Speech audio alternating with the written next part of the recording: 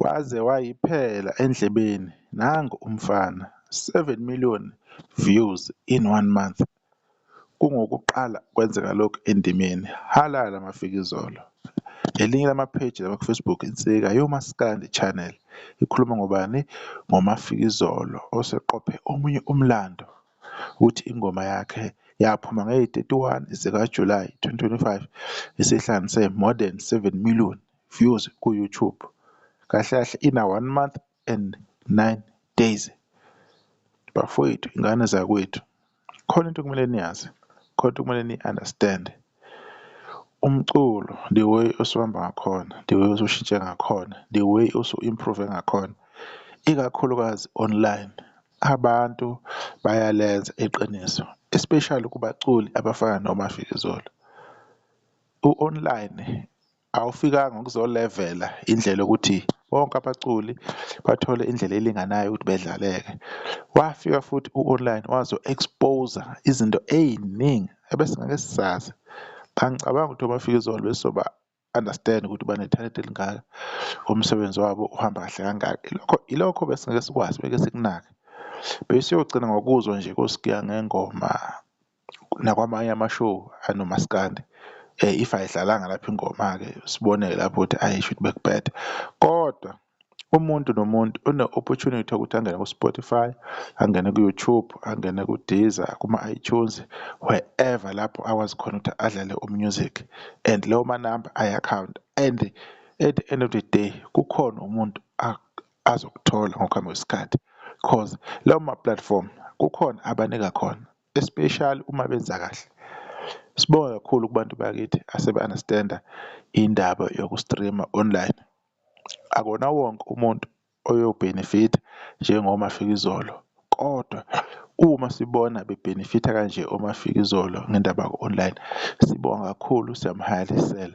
Iyona nto le efunakalayo nekade kwasabantu beyifuna. Okwaba ukuthi nje abantu beyifunela amaqhawe abo kuphela mhlawumbe ngenxa yokuthi basuke bethanda amaqhawe athize. Enye into okumele beyazi abantu, uMafikizolo bekafike la ukube bekusaya ngaleya traditional way eyayidunyiswa ukuthi ama-radio station kuphela. Manje sekunama-YouTube channel, manje sekuno-TikTok, kuyatrenda waya. Manje sekuno-Facebook, emaphostini niyabona kuyakhulunywa. Nibona nama-articles ayabhala ko-Daily Sun akhuluma ngayo uMafikizolo. Niyabona ko-Solez, niyabona kwi-Ilanga newspaper, kuyakhulunywa ngalo msebenzi lo, because iyona nto abantu ababengayi-understand ukuthi kwesinye isikhathi lama-platform amakhulu, they are just there because of nina abantu, a-exista ngenxa yenu, kodwa yinini ene-power. Uyabona ukuthi i-power uma ayikubantu, abantu benza kahle kanjani. Utrenda all over the country uMafikizolo ingoma yakhe, ey'koleni, ema-university, emakhaya, kuphi, akukho ingoma yakhe lapho engadlala khona. Ilapho kunemicimbi khona e-serious, kugqokwa khona amajazi, laba bantu abagreda khona, bangena ngayo leyo ngoma leyo. So uzokupheka kanjani ukuthi le ngoma ifikile and bayayithanda, bafuna ukuyenza i-national anthem? Angeke sikuphike lokho.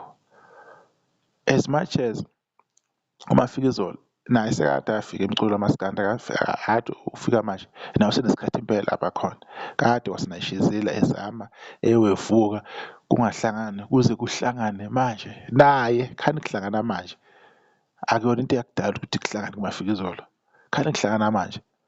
Ngoba yini? Unzima umculo, ku-difficult ukuthi ungene kwimakethe, i-access kwimakethe esinabantu asebekhona already, asebenabalandeli abangafuni ukuzoloda ngamaqhawe abo.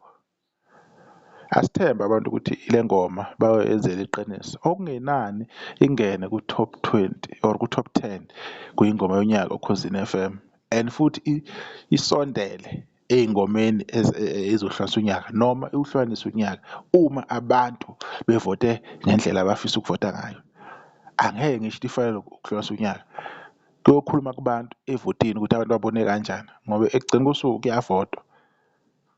Kuyoba kuhle ukuthi lensizwa-ke i-recognition uyithole ingene and futhi abantu bamvotele. Abantu abayizwa kangcono le ngoma nabayithandayo nababona ukuthi iza kabi inamandla, abayivotele ingoma yenze imangaliso. Uma ukuvota kungakashintshi uKhosini FM, cause ngagcina kuvota. Sibonge nje ukuthi yena kwenzeka le ndlela okwenza ngakhona ukuthi umsebenzi walensizwa uphaka le ndlela ophakama ngayo. U-online uveze izinto ey'ningi abantu angeke bey'nake, abantu kade bengeke bey'bone ngoba size sabhiliva ukuthi na ayikho enye into ngaphandle kwe-radio, ayikho enye into ngaphandle kwama-TV, ayikho enye into ngaphandle kwama-newspaper. But manje abantu sebenephawa, abantu baya online baya-stream. Yibo abantu abakhuluma ngomsebenzi njengoba nathi sikhuluma njengamanje siyincoma lento eyenzakalayo, siyakhuluma. Asilindi ukuthi umsazi thizeni aze akhulume ngaleyo nto leyo, asilindi i-influencer ize isho ukuthi nayibona ingoma mafikizolo.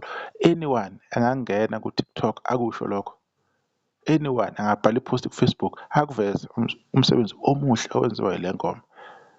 Amandla womuntu awadliwa bafethu, lokho kumele nikwazi. Into uma yinhle iza kahle, yenza kahle, kumele inconywe ukuthi you are doing well, this is great stuff.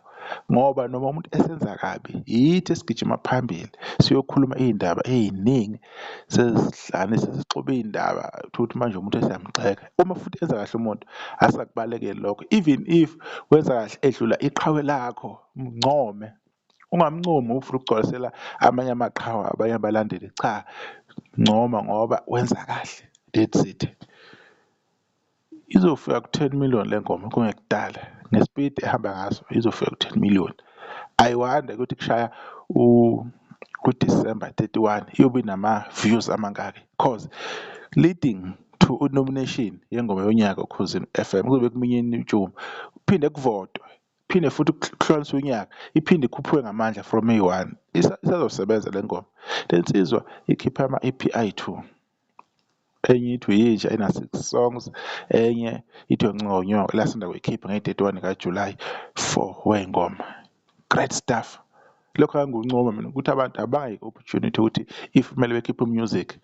Yes, umusic usumningi, usuya overflow, oversaturated, but umsebenzi wenu ukukhipha music is what we want from you and expect from you is to release music. If ama-genre ko-piano release music anytime at any given day, why not kumaskandi? Why kumele sigxeke lokuthi sebe-release njalo? Angithi singama-music consumer, thina silalela umusic omnandi and uyenza iselection yakho, i-playlist ngendlela othanda ngayo. Bantu baningi, abantu banama-device, banama-TV, smart TV, banamafoni, banamakhompyutha. You can play lo music anywhere. Akudingi uzofaka i-CD, i-USB, udinga nje idatha ne-app le edlala lowo music leyo ukwazi ukuthi u-access ukuze umuntu akhokheleke. Sithembe ukuthi le ndoda lesizwe lisazokhuphuka kakhulu yenze imanga, lokho sifuna ukukubona. Bekuyilokho nje besifuna ukukudlulisa, ukuncoma nje kakhulu ukuthi cha, isebenzile le nsizwa. Ama-views maningi kakhulu in a short space of time, maningi kakhulu. Angimazi umaskandi wake wenza kanje before, angimazi. Kodwa this year lo unyaka uyi-revelation, uveze izinto ey'ningi emculweni kamaskandi. Okuningi esingazange sikubone kumaskandi this year kuvele konke. Abanye ama-album abo enze izinto ezinhle kakhulu, banama-million nga-9, into esingakaze siyibone before. Kunama-million nga-17 million kwama-streams ko-Spotify. Kuningi esikubonile, kuningi. Abafowethu intokazi yakwethu ayiqhubeke lapha kumaskandi, senze kahle soqhubeka njalo sikhulume ngomsebenzi wethu. Angeke sikufihle uma nenza kahle. Yilokho esifunayo ukuthi niphumelele niphambili, nivuse namakhaya. Kubalulekile bafowethu nani ntokazi yakwethu. Ngiyabonga.